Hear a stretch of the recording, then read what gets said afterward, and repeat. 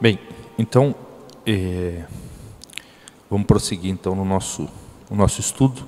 Já não sei mais que aula é essa, mas a gente ainda vai continuar um pouquinho no assunto da existência de Deus. Tá? O curso ele tem vários tópicos e a gente vai falar, na medida em que as circunstâncias permitirem, de todos eles. Então, em algum momento a gente vai falar aqui sobre a imortalidade da alma, a existência do céu, do inferno, a legitimidade da revelação. Vamos falar um pouco mais sobre o problema da fé e da razão, sobre criacionismo, evolucionismo e tantas outras coisas, tantos outros assuntos que fazem parte desse estudo. E cada um desses assuntos é, num certo sentido, inesgotável. A gente poderia ficar muito tempo em cada um desses tópicos. Eu não vou insistir muito nessa questão da existência de Deus, porque eu vou tentar fazer a coisa de forma cíclica. Vou falar mais algumas coisas, mas aí eu vou avançar. Se por acaso a gente concluir, sentir que chegou um certo ponto em que a gente deu conta de falar um pouquinho de todos os tópicos, a gente retorna, olhando a coisa sobre outros aspectos, de forma mais aprofundada e etc. Mas antes de avançar por um próximo tema, eu queria falar ainda um pouquinho, nessa aula e provavelmente na próxima, sobre essa questão da existência de Deus, né, no que diz respeito aos argumentos racionais que provam essa existência, as objeções que pretendem contestá-la, o problema do ateísmo e etc.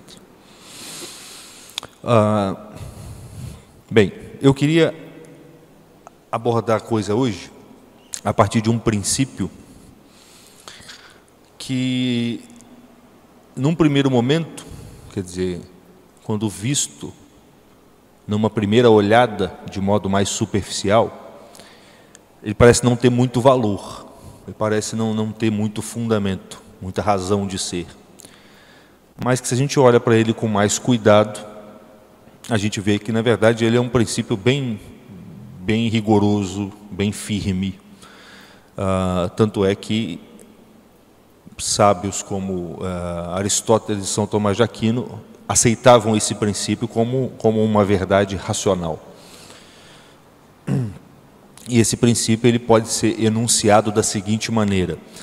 Na medida em que eu enunciá-lo aqui, percebam como que a nossa mente recusa ele um pouquinho, ou pelo menos não o aceita de imediato.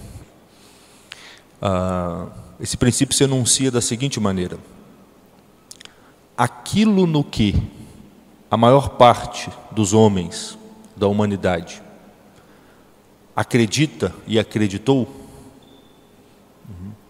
na maior parte do tempo, é verdadeiro.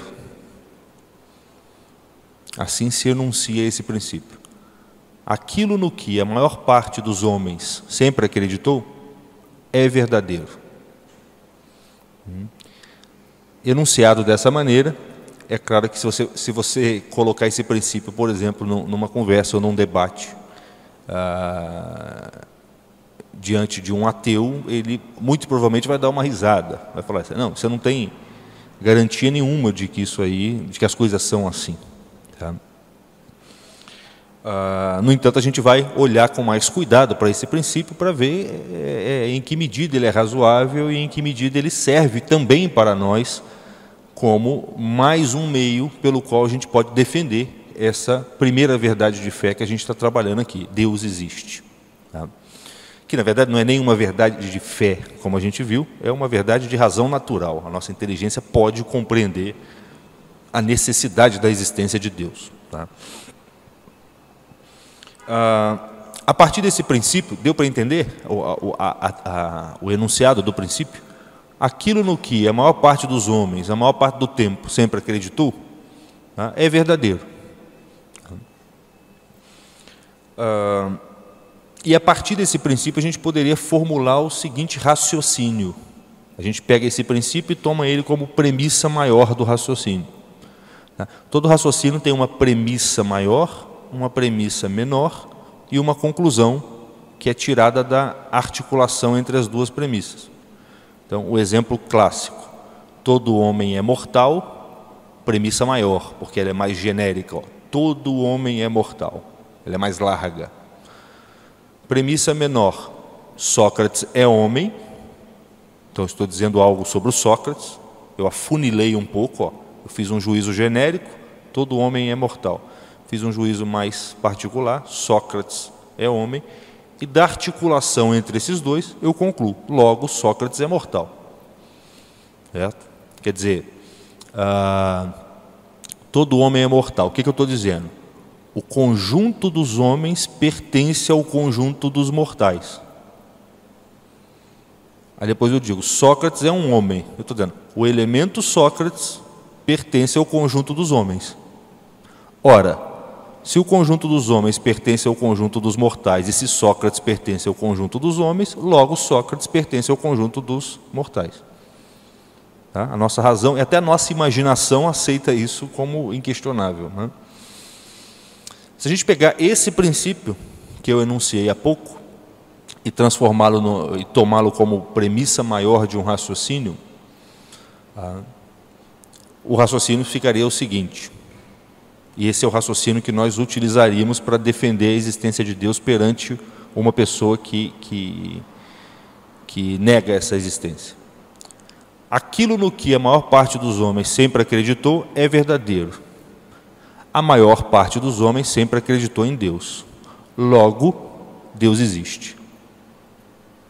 Ou logo que Deus existe é uma verdade. Certo? Premissa maior. Aquilo no que a maior parte dos homens sempre acreditou é verdadeiro. Premissa menor. A maior parte dos homens sempre acreditou em Deus. Conclusão. Logo, Deus existe. Ou a proposição Deus existe é verdadeira, corresponde à realidade. Bem, diante desse argumento, que muito provavelmente hoje não vai convencer ninguém, a não ser que a gente faça um esforço de compensar a aparente falta de evidência desse princípio e desse raciocínio. Se você enunciar esse raciocínio simplesmente tal como eu fiz agora, você não vai convencer ninguém.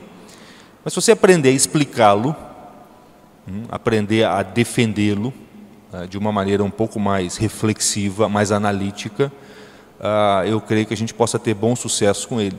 Tá? Eu mesmo já testei algumas vezes e funciona. O sujeito, nem sempre ele sai convencido, mas ele pelo menos fica quieto. Né? Ele vai querer convencer os outros de que Deus não existe em outro lugar, em outra paróquia. Quais são os problemas? Qual a dificuldade que as pessoas encontram geralmente em entender o núcleo desse raciocínio, que segundo São Tomás e segundo Aristóteles é válido. Tá?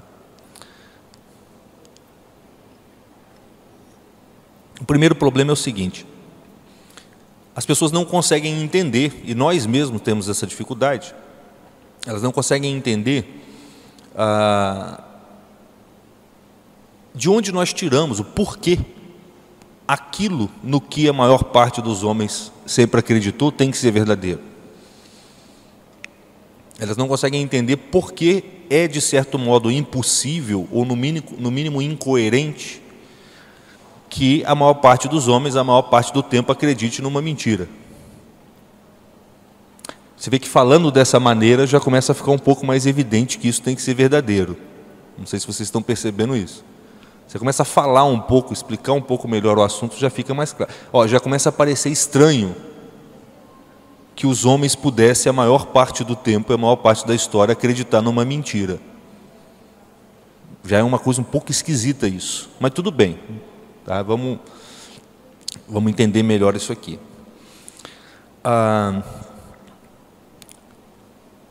São Tomás explica isso dizendo o seguinte,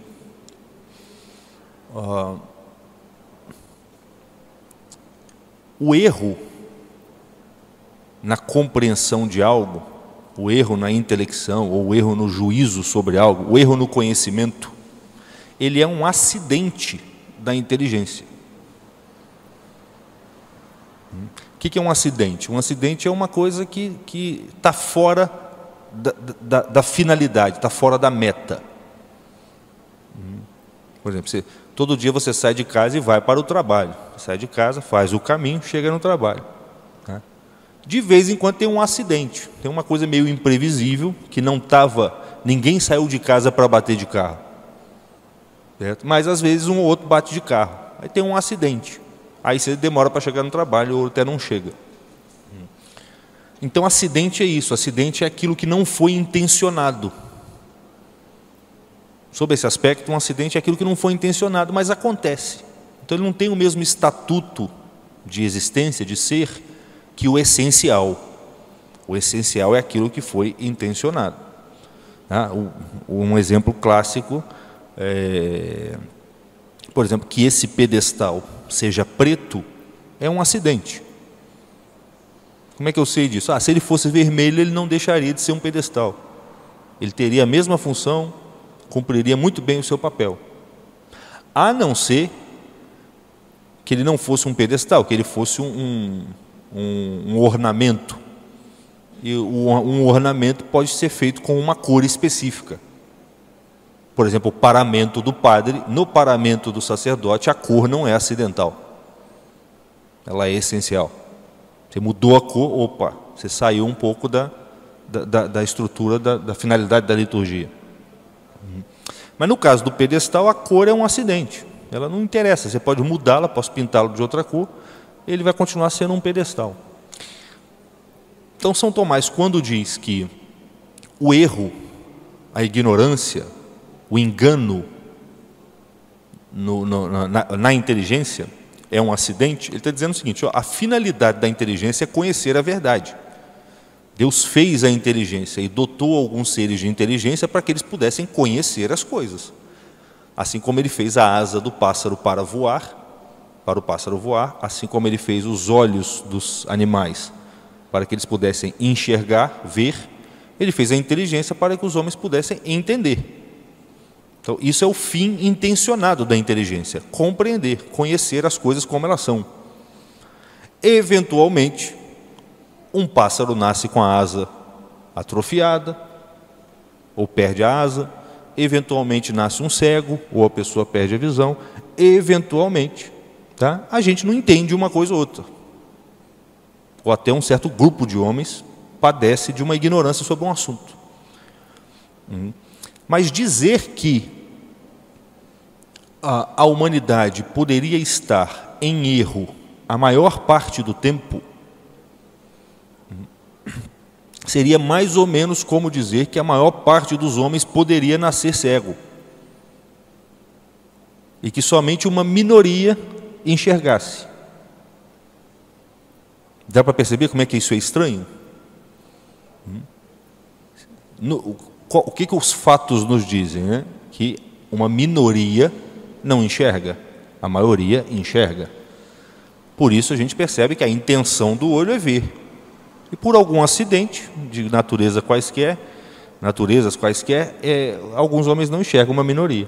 Agora, se a minoria visse e se a maioria não enxergasse, tem alguma coisa errada com a intenção do olho. A intenção do olho não poderia continuar sendo ver. A intenção do olho teria que ser uma outra coisa. A intenção do olho é não ver. De vez em quando acontece alguma coisa que alguém vê. O que seria muito estranho, até porque não ver não pode ser uma intenção de nada. Está dando para compreender o que eu estou dizendo? Então, repare que quando a gente fala que aquilo no que a maior parte dos homens sempre acreditou é verdadeiro, a gente está dizendo, numa escala diferente, que é irracional que a maior parte dos seres dotados de olhos não veja. Percebe? E isso faz muito sentido. A gente está dizendo a mesma coisa. Que se a função da inteligência é apreender o verdadeiro, se ela foi feita para isso, é natural que uma minoria não aprenda o verdadeiro e a maioria aprenda, pelo menos aquelas verdades fundamentais para a existência dos homens. A gente não está falando da física quântica ou das verdades profundas da matéria. Não, estamos falando daquelas verdades fundamentais que todo ser humano tem que saber para viver. dentre as quais está a existência de Deus. Está dando para entender isso ou não? Sim?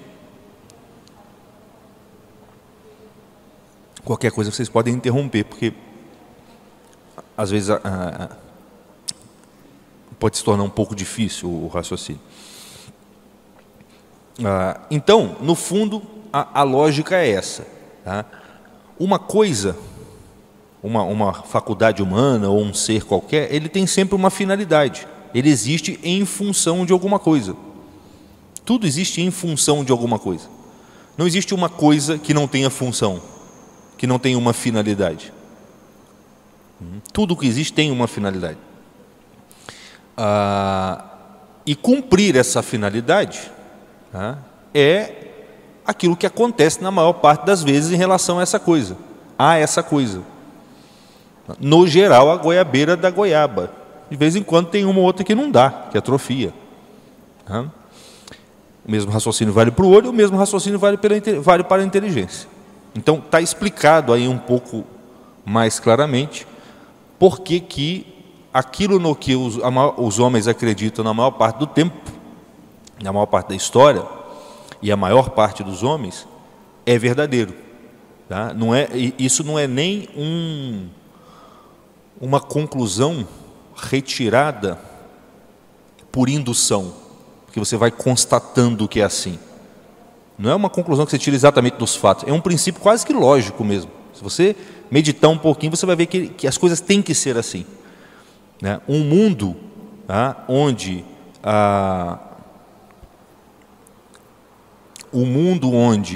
a maior parte dos seres que possuem olhos fossem cegos, a maior parte dos seres que possuem ouvido fossem surdos, a maior parte das goiabeiras não desse goiaba, a maior parte sei lá, qualquer outra coisa aí que tem uma função, não cumprisse essa função, não seria de modo algum um mundo, não seria um universo, um cosmos, seria um caos. As coisas simplesmente não teriam função e seriam ali um disparate, uma loucura. Tá? Ok, então espero que vocês estejam entendendo, tá explicado um pouco mais esse primeiro princípio. Tá?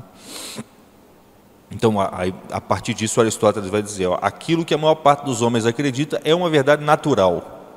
Aquilo que os homens acreditam meio que por instinto é uma verdade natural. O segundo ponto pelo qual esse raciocínio, aquilo no que a maior parte dos homens acredita é verdadeiro, a maior parte dos homens acredita que Deus existe, logo Deus existe. Esse é o raciocínio, lembrando. O segundo ponto pelo qual esse raciocínio às vezes parece pouco convincente, está ligado à segunda premissa, a premissa menor dele. Nem todo mundo sabe que a maior parte dos homens, a maior parte do tempo, a maior parte da história, acreditou em Deus. Você vai falar isso para as pessoas, elas podem até ser convencidas do primeiro princípio. Elas falam, não, tudo bem, entendi, faz sentido mesmo. Seria muito estranho um mundo onde a maior parte dos dotados de olhos fossem cegos. Mas, quem disse que a maior parte dos homens, a maior parte da história, acreditou em Deus? Quem te falou isso? De onde que você tirou isso?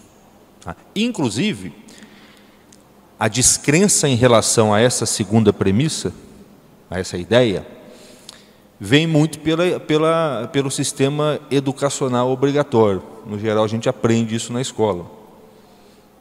No geral, a gente aprende na escola que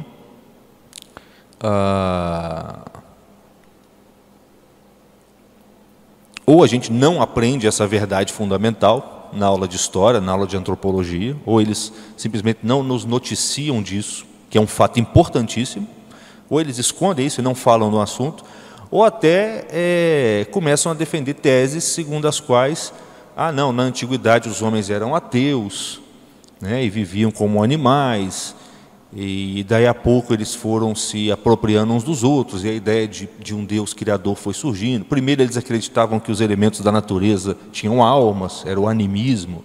Depois passaram a acreditar nos antepassados, porque o sujeito morria, eles achavam que a alma dele continuava existindo. E eles passaram a acreditar na alma porque quando você dorme, você sonha. Então eles achavam que quando o sujeito dorme para sempre, ele fica para sempre naquela dimensão onírica, e aquilo ali passou a ser o que se acredita hoje, deu origem ao que se acredita hoje ser a alma. E depois de acreditar nos antepassados, eles começaram a acreditar em deuses, em vários deuses. Então o politeísmo, quer dizer, o ateísmo antecede o animismo. Animismo é a ideia de que os elementos da natureza são animados. Você adora uma pedra, adora o rio, etc. O animismo deu origem ao culto dos antepassados, e o culto dos antepassados deu origem ao politeísmo, e depois alguns povos dominando os outros começou a erguer o seu próprio Deus acima do Deus dos outros, e criou-se então o monoteísmo.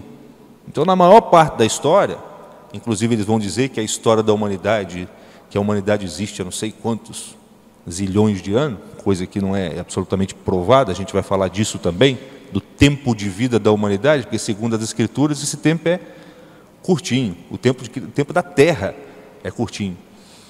Mas segundo o que nós aprendemos, a gente está... Isso aqui existe quase que... Parece que eles vão ampliando para ver se a gente esquece de Deus lá no final. Já repararam? Eles vão esticando, baseado numa análise de carbono no osso do jacaré, do dinossauro, não sei.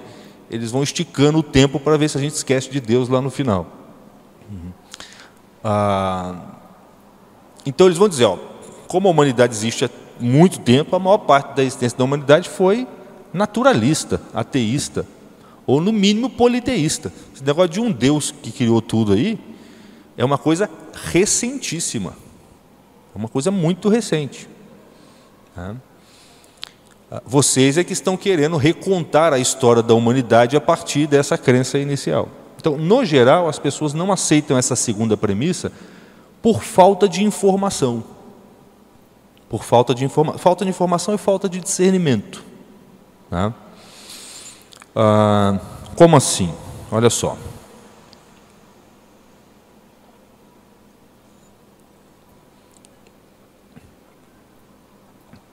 Se você pegar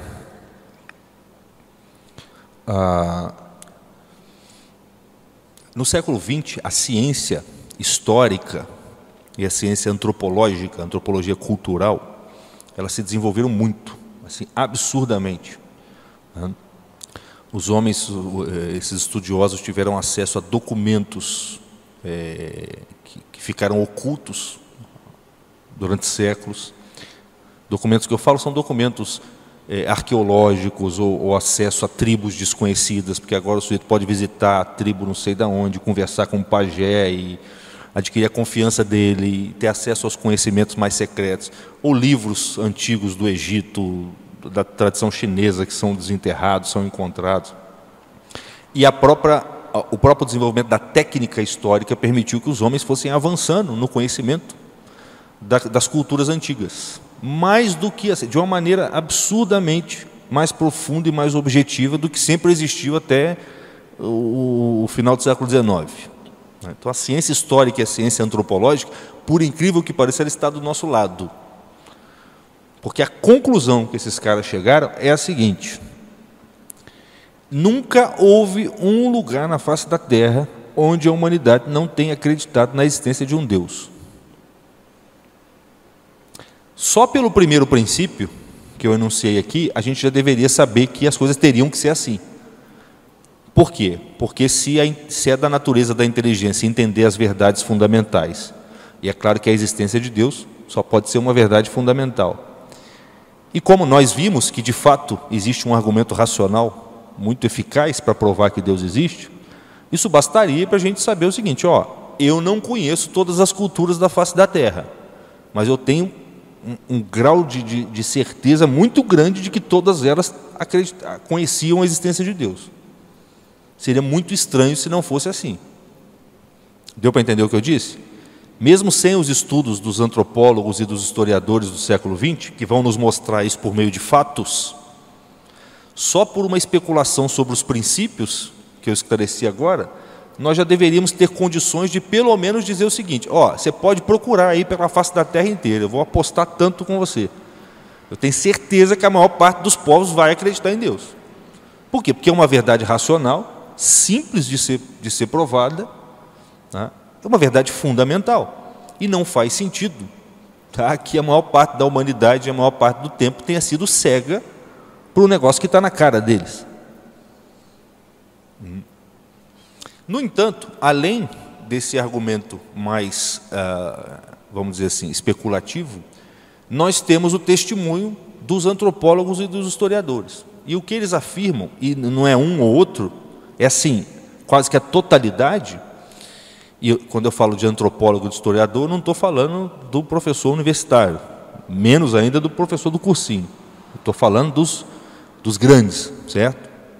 Eles vão falar, você não vai encontrar em lugar nenhum na face da terra um povo que não tenha acreditado em Deus, que não tinha a crença da existência de um Deus único, eterno, incriado, que criou todas as coisas. Aí o sujeito pode colocar assim, não, mas e as culturas politeístas? Os gregos acreditavam em vários deuses, não em um. Os hindus têm um panteão de deuses. Os índios acreditavam em um monte de espírito. O budista não acredita em Deus, acredita no vazio absoluto. As tribos australianas, africanas, acreditam em um monte de orixás. Olha só, isso aí é o que ensinam para a gente, não é assim? Isso aí é o que geralmente ensinam para a gente. Tem os politeístas e os monoteístas, como se fossem duas categorias. Tem até umas pessoas que, para ostentar o seu anti-monoteísmo, ou antiteísmo, exclamam assim, meus deuses, ao invés de falar meu Deus, né? Eu conheço uns caras assim. Uma coisa completamente forçada, né? Você imagina o esforço que o cara não tem que fazer interiormente para conseguir falar meus deuses, né? É mais ou menos como falar Elo, Ilix, essas coisas malucas aí, que se fala agora com essa linguagem de gênero aí. Espontaneamente ninguém consegue afirmar essas coisas. Ora, o que esses antropólogos e esses historiadores descobriram, uma das coisas mais chocantes que eles descobriram, chocantes para quem não conhecia os princípios, é a seguinte: nunca existiu uma cultura politeísta. Essencialmente falando, o politeísmo é um acidente na totalidade das culturas que nós chamamos de politeísmo. Em todas as culturas politeístas, se você for estudar a mitologia delas, ouvir os relatos orais, estudar a documentação disponível, você vai ver que em todas elas existia um Deus absoluto, criador, que transcendia todos os outros e que havia criado todos os outros. E que, inclusive, esses outros só eram cultuados, em boa parte dos casos, porque a comunicação entre os homens e esse Deus absoluto tinha sido rompida em algum momento da história. E os homens não tinham mais acesso a esse Deus absoluto. Eles tinham ele na memória, mas eles não podiam prestar um culto direto a esse Deus.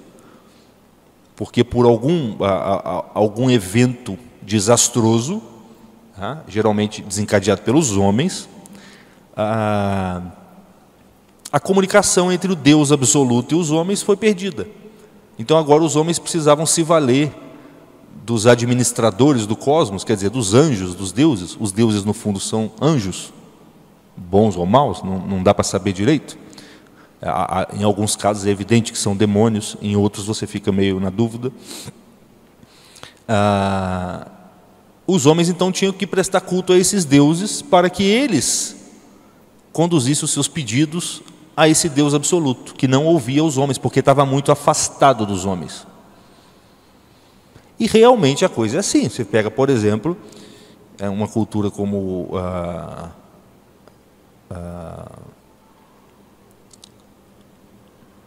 sei lá, como os Yoruba, que deram a origem ao candomblé aqui. Yoruba, na verdade, se eu não me engano, é uma língua, tá? Mas existe ali um conjunto de crenças que é unificado em torno desse nome. E lá eles têm os chamados orixás, que são no fundo deuses. Tá? Deuses são, na linguagem teológica cristã, nós diríamos assim, ó, se não são antepassados, em alguns casos são antepassados, se não são coisas inventadas, que também pode acontecer em alguns casos, são anjos que são cultuados. Pela manifestação desses anjos, não sei se vocês conhecem, é de se imaginar que não é coisa muito boa. Então, os iorubas eles têm esse panteão aí de orixás. E cada tribuzinha ali na África está vinculada a um desses orixás, que são muitas vezes inimigos entre eles. Então, o cara, inclusive, mantém uma aliança com o orixá para poder neutralizar a força do outro, que pode fazer mal para você. Você faz um rito para que ele não avacalhe com a sua caça. Antes de caçar, você faz lá um trabalho para ele não avacalhar com a sua caça, porque ele não gosta, sei lá, do orixá da caça, falando de modo grosseiro, mas é mais ou menos assim. Os deuses nem sempre eles são amigos, né? São potências diversas, contrárias, como os animais na floresta, certo? Às vezes eles são aliados, às vezes são indiferentes, às vezes são hostis uns aos outros. Mas se você for lá investigar, você vai descobrir, tem, acima de todos os orixás, tem um Deus criador, que inclusive na mitologia descreve a criação do homem de um modo muito parecido com a nossa, que eles vão chamar de Olorum. Olorum. Olha lá. É o Deus que criou o universo. É o Deus criador. Só que eles vão dizer, esse Deus aí virou as costas para os homens. Ele vive lá no céu dos céus. E os nossos pedidos não alcançam ele. Então a gente fala com os orixás levam os nossos pedidos a ele. Se isso é verdade ou não, se isso acontece assim ou não, se é uma brincadeira de mau gosto dos orixás, que os orixás são meio brincalhões, né? Gostam de travessuras, como se fala, não vamos colocar em questão agora. Mas o fato é que está lá. E se você for em qualquer tribo, você pega as tribos indígenas aqui do Brasil, da América, você vai encontrar lá o grande espírito, Yamandu, é um dos nomes usados, se eu não me engano, na tradição tupi, para falar do grande pai, o grande pai primeiro, Yamandu, o grande pai primeiro, que constituiu todas as coisas. Abaixo dele tem os mamaés, são espíritos da floresta, espíritos da terra, espíritos do sol, do céu, etc. Você vai na Índia, todo mundo sabe, você tem lá Shiva, Vishnu e Kali, você tem lá o que eles chamam de Brahman, que é a divindade que está acima de todas as outras, como um Deus criador.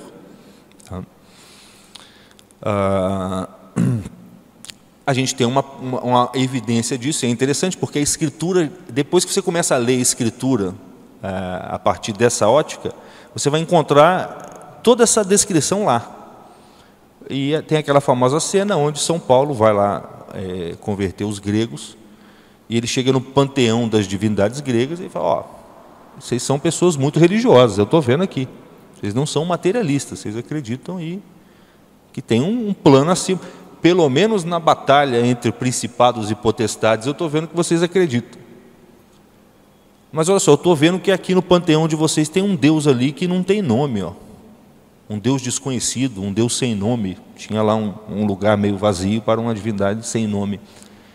A gente fala, não, esse Deus aí a gente não presta um culto direto para ele, porque a gente esqueceu o nome dele, a gente não tem mais contato com ele. Mas ele...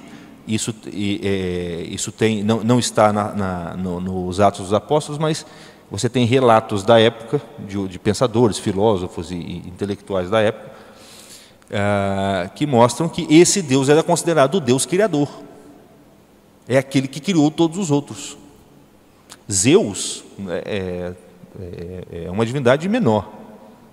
Na própria mitologia grega você tem a origem dos Zeus, etc.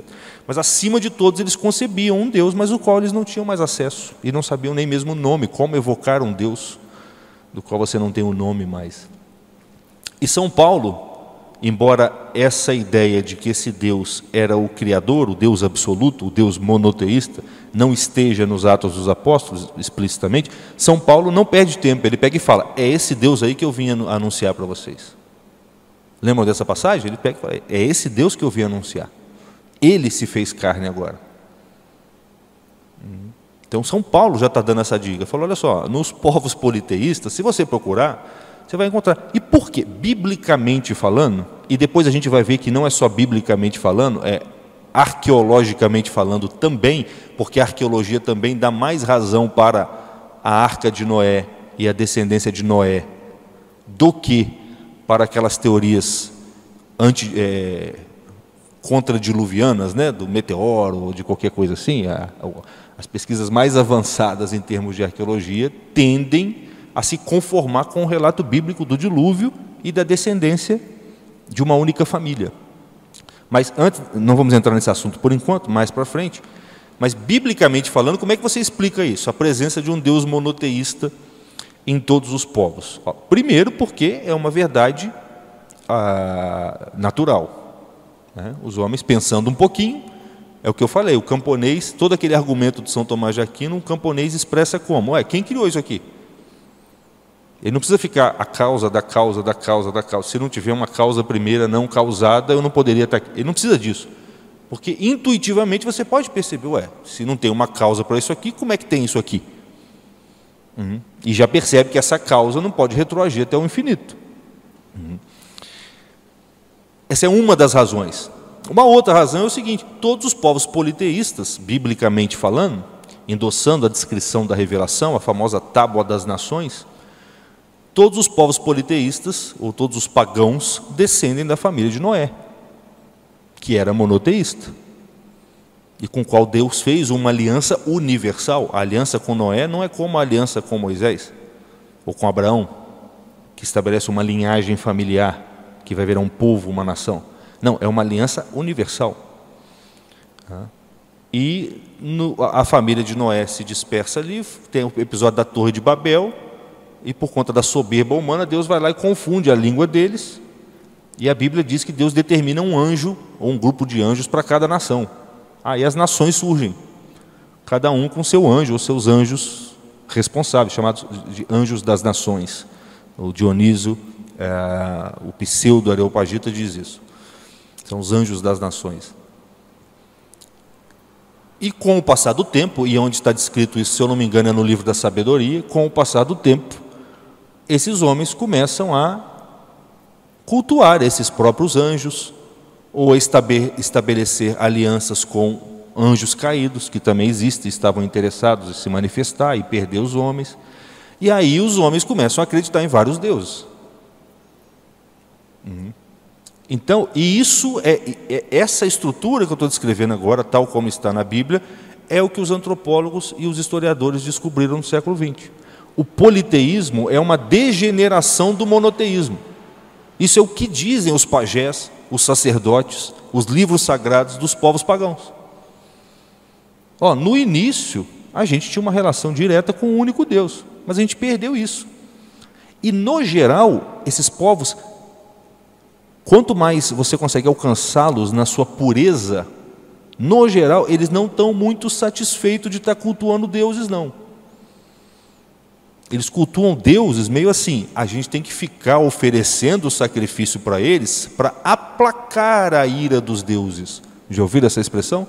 Aplacar a ira dos deuses. Se a gente não fizer, não dá o que eles querem, eles avacalham. Quem dera nós pudéssemos voltar até aquela relação com Deus primeiro, que é bom, por necessidade. Então, assim, essa segunda premissa, segundo a qual os homens acreditaram em Deus na maior parte do tempo, na maior parte da história, ela não somente pode ser mais ou menos deduzida por uma lógica rigorosa, como é um dado que agora a própria ciência está mostrando. A ciência histórica, a ciência antropológica está mostrando. Tá? Existem inúmeros, que a gente pode separar uma aula aqui um dia só para passar bibliografia. Eu trago assim os livros, e a gente vai passando a bibliografia para vocês. Mas o número é imenso, imenso. Os caras que vão pegando está lá. Uma outra coisa, e os budistas que são ateus e não acreditam em Deus? Balela. coisa de quem quer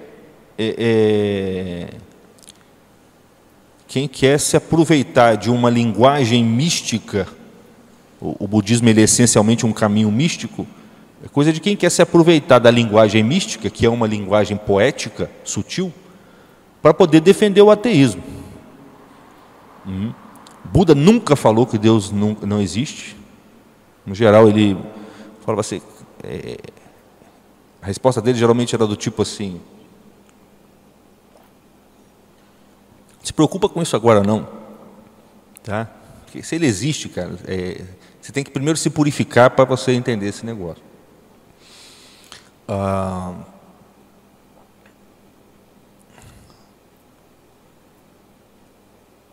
Shagdu Rinpoche, que é um mestre tibetano que fugiu da invasão da China, do Tibete pela China, e viveu no Brasil durante um tempo, ele afirmava: Deus existe. Deus existe. E quando você estuda o budismo, você vê que o budismo ele é fundamentalmente aquilo que a gente chama na tradição cristã de teologia negativa. O que é teologia negativa? Teologia negativa, ou apofática, é um tipo de teologia diferente daquela que São Tomás de Aquino faz. A teologia de São Tomás de Aquino, que é catafática, é uma teologia que descreve Deus e vai atribuindo qualidades a Deus. Deus é justo, Deus é misericordioso, Deus é bom, Deus é infinito, Deus é isso, Deus é aquilo. Ele vai atribuindo características a Deus para formar uma imagem adequada de Deus. A teologia negativa ou catafática, que não se opõe a essa, ela é até superior a essa, o próprio São Tomás afirma isso, ela é o seguinte: ela toma um caminho inverso. Ela vai dizendo tudo que Deus não é, para deixar sobrar na sua intuição a presença inefável de Deus. Inefável quer dizer que não pode ser enunciada. Qual que é o princípio disso? Deus é tão transcendente, que tudo o que você fala dele o diminui. O grande tratado de teologia negativa é do Dionísio, pseudo Dionísio, onde ele vai falar: a gente não pode dizer nem que Deus é bom. Quando você diz que Deus é bom, você está dizendo que você dividiu Deus. Deus e bom. Deus é mais do que isso. Você não pode dizer que Deus é eterno. Você dividiu Deus. Qualquer determinação que você coloque em alguma coisa, você está afunilando ela, você está limitando ela. E Deus transcende qualquer determinação. Ele é o absoluto, e nem absoluto eu posso dizer. A única coisa que eu posso em relação a Deus é dizer o que Ele não é, até o momento em que a minha inteligência capta a presença dele no silêncio interior. Então a teologia negativa, ela é um pré-requisito para a teologia mística. Ela é como se fosse um degrau para a teologia mística. A teologia mística é aquela onde você experimenta mesmo a presença de Deus. Você busca a presença de Deus ali dentro. A teologia catafática do São Tomás de Aquino, ela é necessária para especulação racional, para definição dos conceitos no catecismo, para o combate das heresias, para ensinar o povo, etc. Mas na medida que você quer ter uma compreensão mais sutil, você vai falar: mas Deus é mais do que isso. Deus é mais do que isso. Então é mais fácil dizer o que Deus não é, e vai sobrar um negócio lá no final, como diz Santo Agostinho: isso que sobra é Deus. E isso que sobra não pode ser enunciado.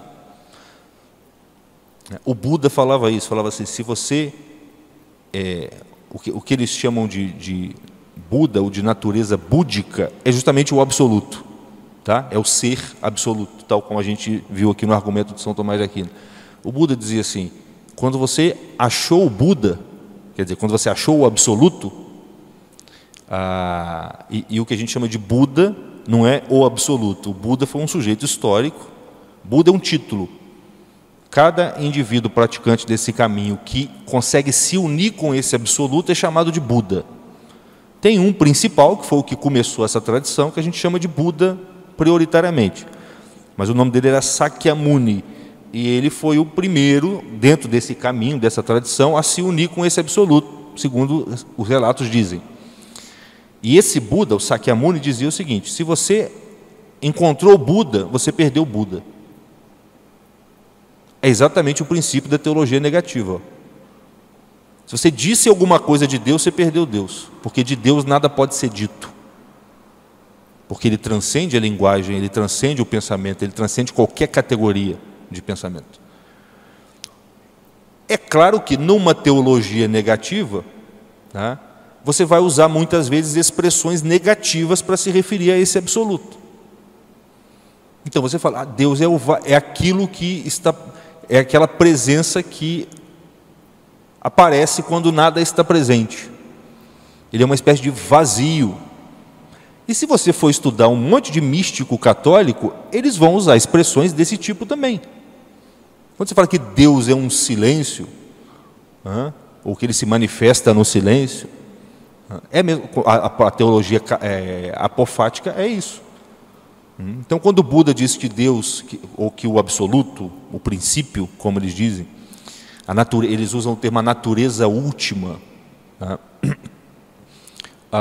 é um vazio, ele está simplesmente dizendo o seguinte, ele não é nada daquilo que você possa pensar como um conteúdo mental. Deus não pode ser pensado como um conteúdo mental. Ele está sempre dando um passo para trás. Quando você tenta pegar ele, ele dá um passo para trás. Quando você achou que pegou ele, você perdeu. O budismo não tem teologia catafática. Aí o sujeito lê um negócio desse literalmente, sem estudar o negócio, e fala o quê? Está vendo? Para eles o mundo veio do nada. Eles são ateus. Não.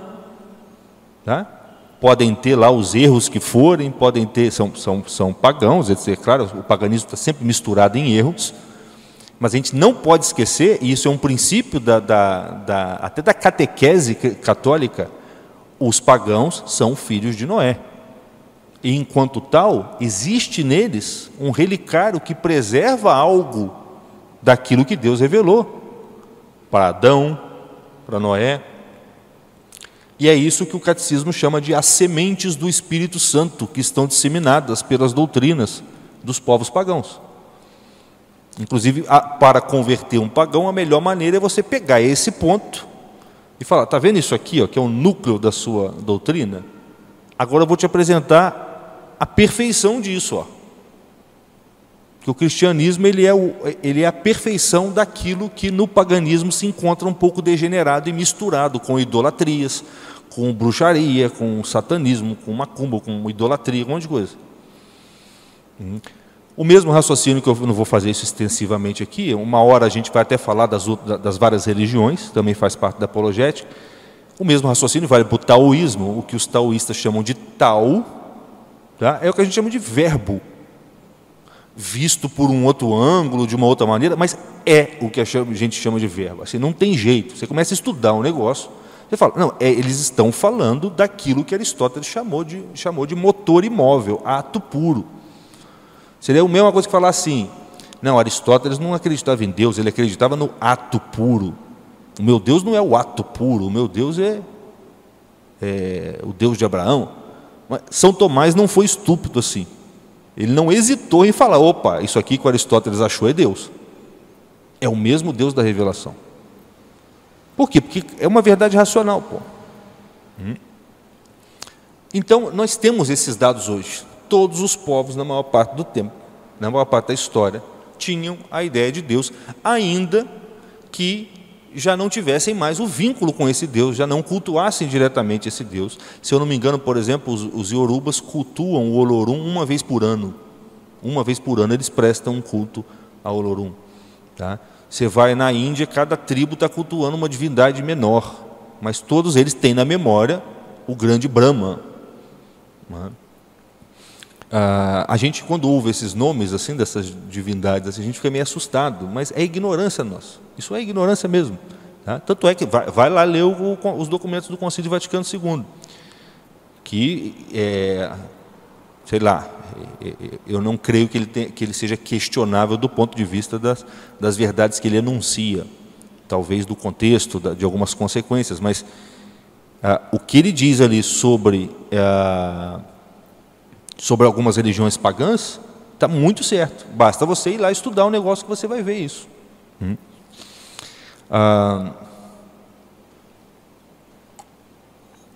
Bento XVI e o ex-cardeal Jean Danielou, cardeal falecido, né?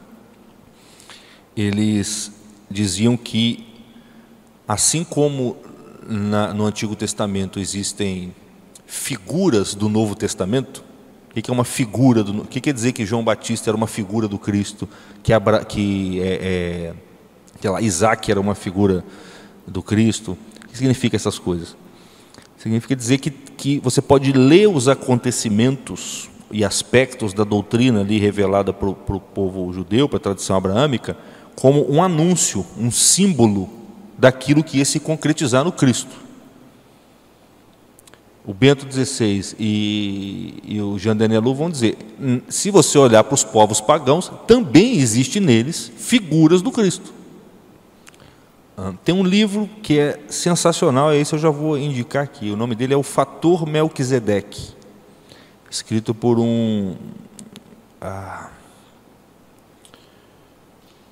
Don Richardson, se eu não me engano, é um pastor americano. Ele era antropólogo e foi conviver com tribos australianas, africanas, e ele foi anotando tudo o que ele encontrava nesses povos que se referiam claramente à vinda do Cristo. E é cheio de relatos assim, não, virá um Deus menino que vai salvar a humanidade. Um dia chegará para vocês um livro específico onde a história de todas as nações e da salvação do mundo inteiro será contada. Está tudo lá. Fora um dado importantíssimo que a antropologia descobriu, é que o relato do dilúvio ele é disseminado praticamente em todos os povos. Tem uma história fantástica de um dominicano, se eu não me engano, que chegou em terras espanholas aqui, na época da colonização, e conversando com um pajé de uma tribo, contando para eles a revelação, tal como nós recebemos. E o pajé ia complementando o que ele ia falando. Ele ia contando a história de Noé, dos 3 filhos de Noé, e etc. E o pajé fala, não, sim, e os animais na arca, e etc., contando tudinho. 40 dias debaixo das águas, e etc. E o missionário virou para o pajé e falou assim, mas me diga uma coisa, por que vocês andam sem roupa? Vocês sabem que Noé teve lá 3 filhos, né? Um deles foi amaldiçoado, que é o Cã ou Chã, e porque teve um momento em que Noé bebeu vinho, se embriagou e ficou nu. E esse filho, ao invés de ir lá cobrir o pai, a Bíblia parece indicar que ele deu uma debochada. Ele foi lá e viu o pai nu e foi contar para os irmãos. Os irmãos imediatamente vieram cobrir o pai e o pai amaldiçoou o filho. E é da linhagem desse aí que vem boa parte da perversão idolátrica na história da humanidade. Quando o missionário pergunta para o pajé, por que vocês andam nus? Aí o pajé fala assim, não, nós andamos nus porque nós somos descendentes daquele filho amaldiçoado, do nosso pai primeiro, do nosso pai. Aí ele cita o nome lá, eu tenho em casa uma listinha do nome do Noé em cada uma das culturas existentes, no Japão, na Índia. Aí ele cita, porque nós somos nós somos descendentes daquele filho amaldiçoado. Então a gente colheu essa degeneração aqui. Vocês são filhos de um dos outros 2 filhos lá, o Jafé ou o Sem. Né? E o missionário ficou espantado, falou, nossa, mas os caras têm esse conhecimento. E hoje a gente sabe que está em todas as culturas. Em última instância, o que os povos vão dizer sobre a sua própria origem nós fomos criados por um Deus, num jardim específico, fomos criados imortal, houve um pecado original, nós caímos, num determinado momento a humanidade se degradou, Deus resolveu purificar o mundo, mandou água, mas selecionou um sujeito, mandou ele construir um barco. E ele entrou nesse barco com os animais, com a sua família, ficou lá durante um tempo, depois ele sai, a humanidade foi lavada, foi purificada, e ele repovoou a terra, a partir de 3 filhos que ele teve. Desses 3 filhos, aí eles começam a contar, nós viemos de tal filho e estamos aqui hoje, e lembramos de tudo isso. Isso está disseminado entre as culturas, é uma coisa impressionante. É claro que para você sustentar isso num debate diante de um ateu, você tem que ter lido alguns livros que falam disso para você ganhar uma coragem. Só sabendo indiretamente assim, a gente tem pouca coragem. Porque esse tipo de argumentação, com base em análise histórica, você tem que saber o nome do autor do livro, tem que saber o nome das tribos, tem que saber pelo menos o nome do Noé em algumas outras tribos, porque é isso que vai mostrar a autoridade que você tem em termos de conhecimento histórico. Não tem outro jeito. Aí não é questão de argumentação.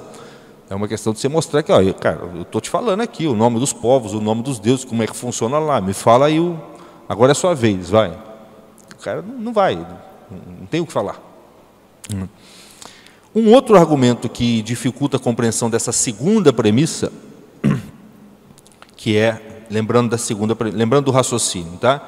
Todos os homens sempre acreditaram em Deus a maior parte do tempo. Não, perdão. Aquilo no que a maior parte dos homens sempre acreditaram é verdadeiro. Todos os homens sempre acreditaram em Deus na maior parte do tempo, logo Deus existe. Uma segunda razão pela qual essa segunda premissa costuma não ser vista como muito razoável, não tem muito poder persuasivo, é que existe aí uma crença disseminada na nossa sociedade de que os grandes sábios, pelo menos da era moderna, não acreditavam em Deus. Os famosos cientistas, né? Todo mundo já ouviu esse papo. Não, mas a ciência mostra que Deus não existe. Os cientistas já provaram que isso. E nisso está embutido, de algum modo, que a maior parte dos cientistas são ateus. E se você for analisar, é impressionante. O demônio é um negócio assim, ele conta com a sua preguiça, ele conta com a sua ignorância, ele trabalha com o seu ponto cego. Porque se você simplesmente for atrás do negócio, você vai falar, não, cara, eu estou com a razão montada, eu estou montado na razão. É só eu aprender a falar. É igual aquela coisa da gente ficar com medo e não falar. Então, um monte de gente falando um monte de besteira, denegrindo, aí ninguém fala nada. Mas se um fala, aí daqui a pouco um outro ele fala também, aí daqui a pouco você vê que o poder que você tem. Então o demônio trabalha muito com isso.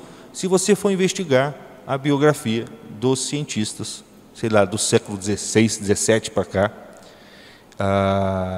você vai perceber que assim, eu tenho os dados aqui, vou mostrar para vocês, mas eu acho que assim, de 300 grandes cientistas, nos últimos aí, sei lá, 4 séculos, que são 400 anos aí de ciência moderna, alguma coisa assim, de 300 grandes cientistas, 240 e alguma coisa acreditavam em Deus.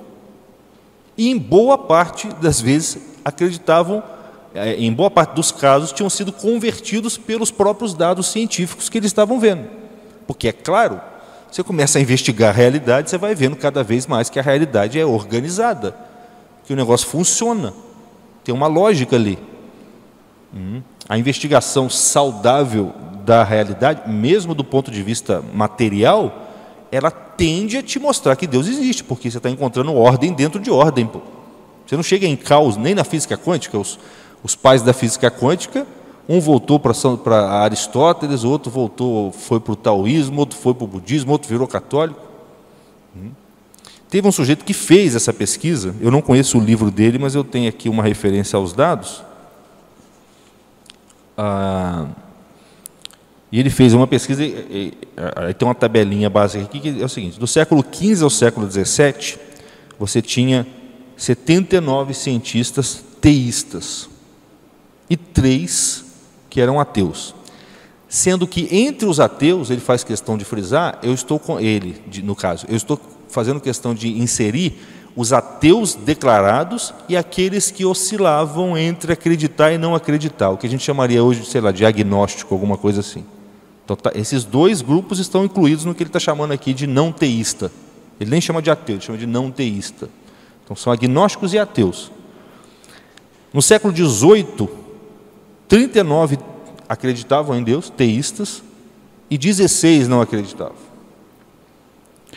No século XIX, 124 acreditavam e 39 não acreditavam.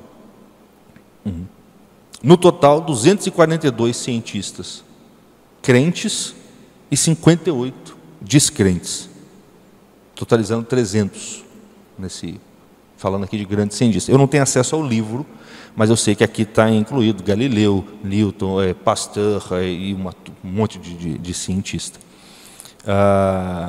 Então você veja que não dá para fugir dessa segunda premissa. A humanidade sempre acreditou em Deus.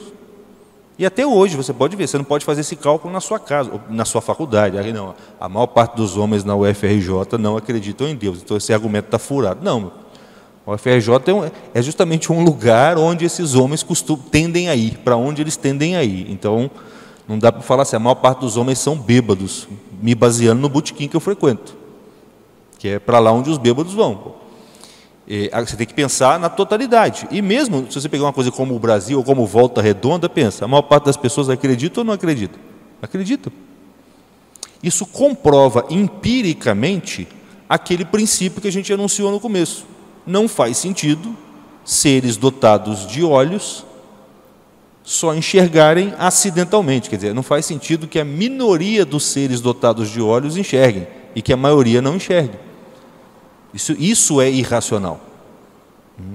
Então, por essas razões todas, que eu espero que vocês tenham entendido, é que a gente pode dizer que aquilo no que a maior parte dos homens acredita é verdadeiro. A maior parte dos homens sempre acreditou que Deus existe, logo Deus existe.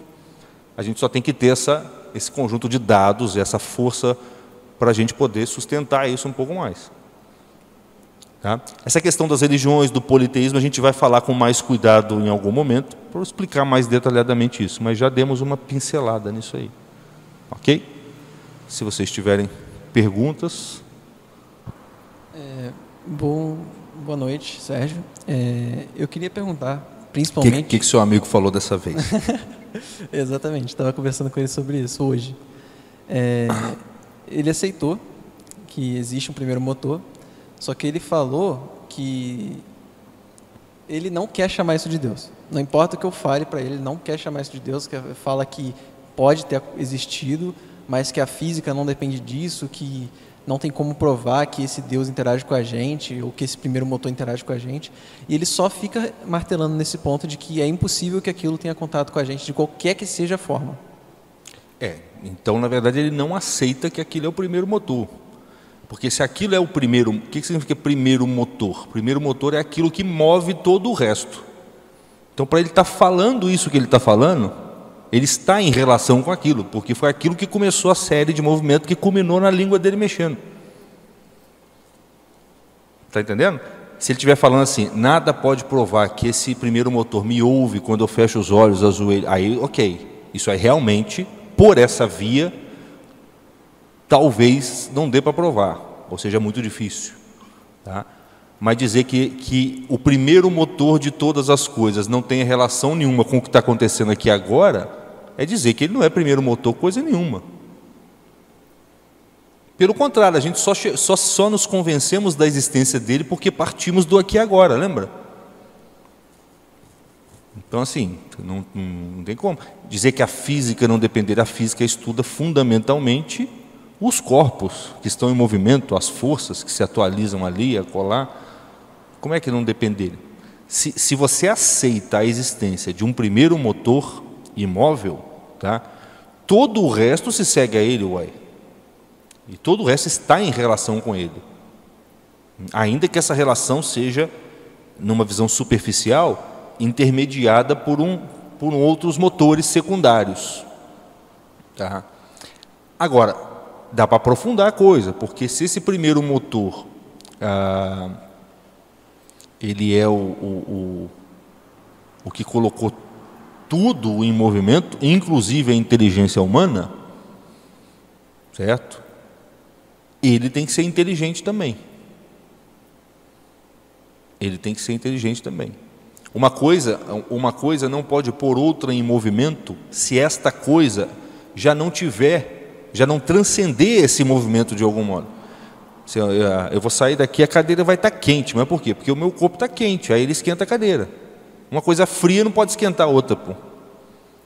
O não ser não pode produzir o ser. O motor que move todo o resto, inclusive a inteligência, ele tem que ter uma potência superior à inteligência para poder botar lá em movimento. Então esse negócio já tem uma inteligência ali. Se já tem uma inteligência ali, eu já posso começar a especular o seguinte fato. Pô, se ele tem uma inteligência, talvez ele me ouça quando eu fale com ele. Aí é o que diz a Bíblia. Como é que aquele que não criou o ouvido não ouve? Como é que aquele que criou o olho não vê?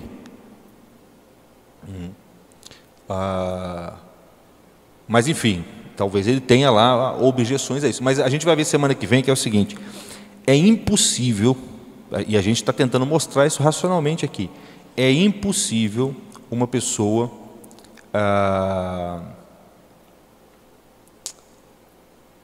ser ateu ou ateia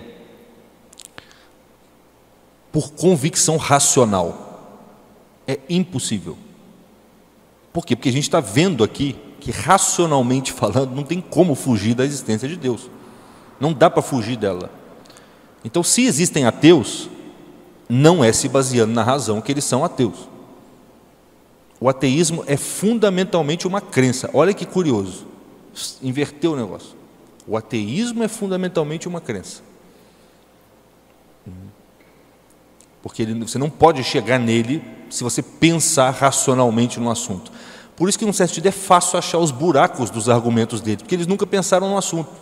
É fácil achar os buracos, mas não é fácil mostrar para eles os buracos, porque por nunca terem pensado no assunto, não estão habituados a pensar racionalmente. Geralmente pensam imaginariamente. Deus não existe, já foi provado que o que criou tudo foi o Big Bang. Tá, mas você já parou para pensar no que é o Big Bang? É um conjunto de partículas que existia antes do Big Bang, né? E que um dia, sei lá, colidiram, explodiram ou qualquer coisa assim. Então, como é que você pode dizer que o Big Bang é o início de tudo, se o próprio Big Bang é um efeito de corpúsculos que existiam antes dele? Então é aquilo que o Olavo de Carvalho falava: tudo começou com o Big Bang, menos o Big Bang. Aí não dá. Aí quando você fala do motor imóvel para os caras, eles falam assim: então quem criou Deus agora? Deus também tem que ter. Se o Big Bang teve que ter uma causa, Deus também tem que ter uma causa. Isso aí é por isso que eu gastei tanto tempo falando da razão. Entendeu? Se a gente perde o prumo da razão, a gente fica no mundo da imaginação, cara. E no mundo da imaginação, é assim, sei lá, o Lula, depois de 15 anos no governo aí, agora ele vai dar jeito no Brasil. Entendeu? Esse é o discurso dele. Eu quero dar jeito no Brasil, pô. Então é isso. Também tem o fato de que ele, por exemplo, falava que... Eu falei, ele citou, ele falou, perguntou justamente isso, esse negócio do Deus precisar também de uma causa necessária. Aí eu falei, cara, você está aplicando exatamente a física, as regras do universo que a gente vive, do universo material, que é contingente, em algo que não é contingente por necessidade. Sim. Aí, explicando isso para ele... Confundiu a conclusão na qual a gente chegou com uma premissa. Exatamente. E ele, ainda assim, não conseguiu aceitar que, por exemplo, é bom por natureza. Porque ele falava que se ele é tudo, ele tem que ser o bom e o mal ao mesmo tempo. Sim, isso aí é um outro ponto que a gente vai estudar, talvez semana que vem. Vamos falar do gnosticismo. Por que Deus tem que ser bom? Eu coloquei no Instagram hoje, um sujeito me perguntou isso, que eu fiz um texto falando que Deus é potência infinita, então ele tem que ser bom. Aí o cara falou: não entendi direito isso. Eu dei uma explicaçãozinha, mas são poucas linhas, mas talvez já ajude um pouco, mas a gente vai falar disso. O problema do mal, que é um grande argumento também que se tem. Se Deus é bom, por que tem mal? Por que ele deixa aí os cristãos sofrerem, o mundo sofrer? É um argumento que a gente tem que saber. Esse é até gostoso de você explicar para o cara, você falando, né? Mas vamos deixar isso para outra hora. Eu estava pensando aqui, talvez essa prova da existência de Deus hoje, que você, se ela pudesse ser utilizada para provar outras coisas, também fosse interessante. Eu estava pensando aqui, o que mais que poderia ser? Aí eu pergunto, a maior parte da humanidade, durante muito tempo, não acreditou que a morte não era o fim? Claro. Exatamente. Então fica imortalidade da alma. A imortalidade da alma. Isso. As verdades morais universais, os mandamentos, Sim. mais ou menos como os nossos, são encontrados também em todas as culturas. A ideia de que existe um certo e errado, a ideia de que homem é homem, mulher é mulher, seria muito incoerente. É o que eu falei da outra vez, seria como Deus criasse um peixe e não criasse a água. Quer dizer, ele cria um ser dotado de inteligência, mas que é burro, que na maioria dos casos é burro. Quer dizer, essa inteligência não funciona. Não tem muito sentido isso. O mundo se pulverizaria num caos. Então, muito bem colocado. para cada um dos princípios que a gente vai colocar aqui, para a maior parte deles, pelo menos para aqueles que podem ser acessados pela razão, para os revelados não, mas para os que podem ser acessados pela razão, vale esse argumento aqui. Porque, no geral, a maior parte da humanidade acreditou nisso. Imortalidade da alma, a existência do bem e do mal, a existência do céu e do inferno, né? Que é um dado quase, não sei, quase que totalmente de razão natural também. Talvez os detalhes não, tá? Mas assim, todo mundo percebe que nem sempre os homens bons terminam a sua vida bem. E muitas vezes os homens maus terminam a sua vida má. Terminam a sua vida bem. Opa, está faltando um negócio aí, ué. Percebe que está faltando uma justiça reparadora aí? Se eu sei que a alma é imortal, opa, essa justiça reparadora vem depois, na forma de recompensa para uns e na forma de punição para outros. A gente vai falar disso depois. É por isso que essas coisas estão disseminadas. O momento no qual nós nascemos, historicamente, é um pedacinho de desvio da humanidade, assim. Tá? E esse pedacinho de desvio é o seguinte: surgiu dentro da universidade. Tá? É coisa de universidade, coisa de invenção da imprensa, mídia, tá? Sociedades secretas que trabalham para que essas verdades sejam disseminadas. Tá? Mas a gente conta com o poder da razão, porque... tanto é que você vê essa mudança que está acontecendo no Brasil hoje, essa virada conservadora e até religiosa, católica, que a gente vê, porque algumas poucas pessoas no Brasil começaram a falar a verdade de repente, e a gente começou a ter acesso delas falando a verdade, né? Algumas falando até de forma ostensiva, botando palavrão no meio, mas às vezes era preciso. Os caras estão falando a verdade, rapaz, não é que é verdade mesmo, o negócio está na minha cara e eu estou aqui viajando na revolução, sei lá no quê, cara. Então, quando a pessoa começa a falar a verdade, você nasceu, é o peixe fora d'água, alguém te dá água. Você fala, pô, não é que aqui é melhor mesmo? Parece que eu fui feito para isso aqui. É isso aí. Então é isso. Obrigado.